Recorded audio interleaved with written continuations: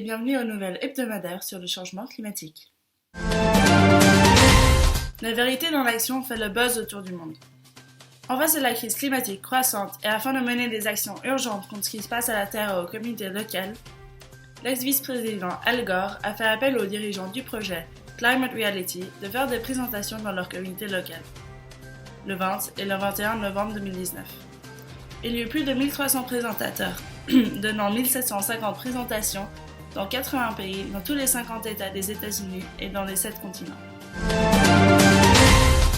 Les dictionnaires d'Oxford ont nommé urgence climatique comme mot de l'année 2019.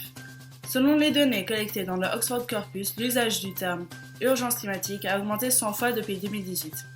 La plupart des médias utilisent les formulations urgence climatique ou crise climatique à la place de changement climatique afin de mieux transmettre l'urgence de la situation climatique.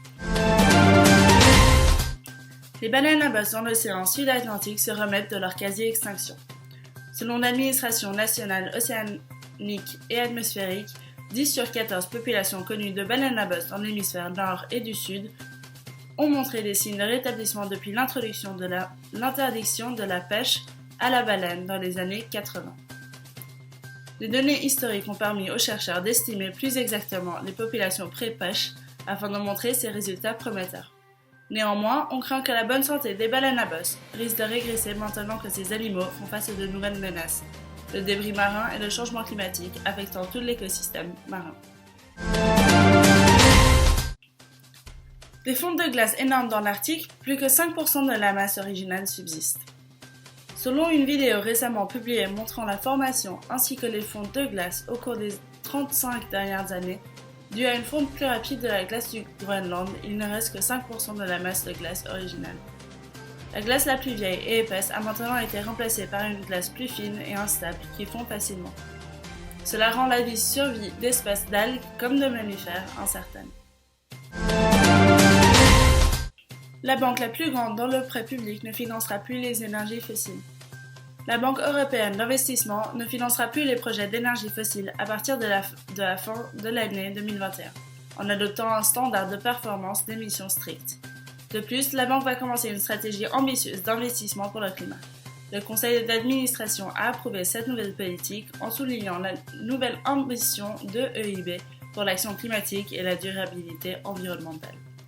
Le groupe EIB a pour but de soutenir 1 billion d'investissements dans ce projet durant la décennie cruciale de 2021-2030.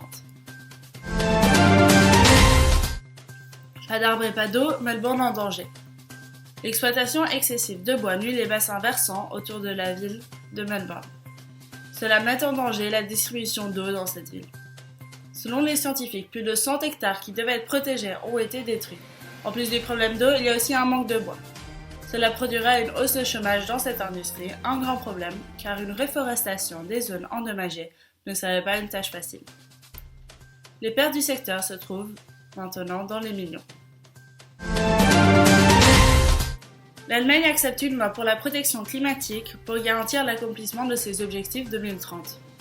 Vendredi dernier, l'Allemagne a fait passer une loi d'action climatique dans un effort d'atteindre les objectifs de l'accord de Paris. La loi approuve des mesures comme un budget de dépenses de 60 milliards, un système de frais pour les émissions de carbone, ainsi qu'une augmentation des taxes pour augmenter le prix du voyage en avion.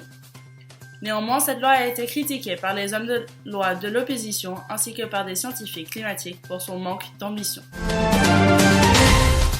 Une ville mexicaine renforce sa résilience au changement climatique avec des solutions naturelles. Au cours des dernières années, Xalapa a fait face aux conséquences du changement climatique sous la forme de températures fluctuantes et de pluies erratiques. Cette pluie déstabilise les côtes des montagnes, résultant en glissement de terrain et en inondation des villes voisines. Avec le projet City Adapt, Xalapa devient la première ville d'Amérique latine utilisant la nature pour s'adapter au changement climatique. Avec une combinaison de ces solutions naturelles, Xalapa essaie de créer un équilibre entre l'humain et la nature. Un nouveau danger pour le corail dans les océans chauffants. La pollution par les métaux. Maintenant que le danger de plastique et de microplastiques sur la vie marine est bien connu, les scientifiques y rajoutent le danger de la pollution par les métaux sur les coraux autour du monde. Une analyse de la contamination métallique des sédiments autour de 15 récifs coralliens au Puerto Rico a montré une déclinaison de la vitesse à laquelle les corails se remettent des maladies causées par des concentrations de cuivre dans l'eau trop élevées. Merci d'avoir regardé ces nouvelles. Je vous souhaite une bonne journée et à la semaine prochaine.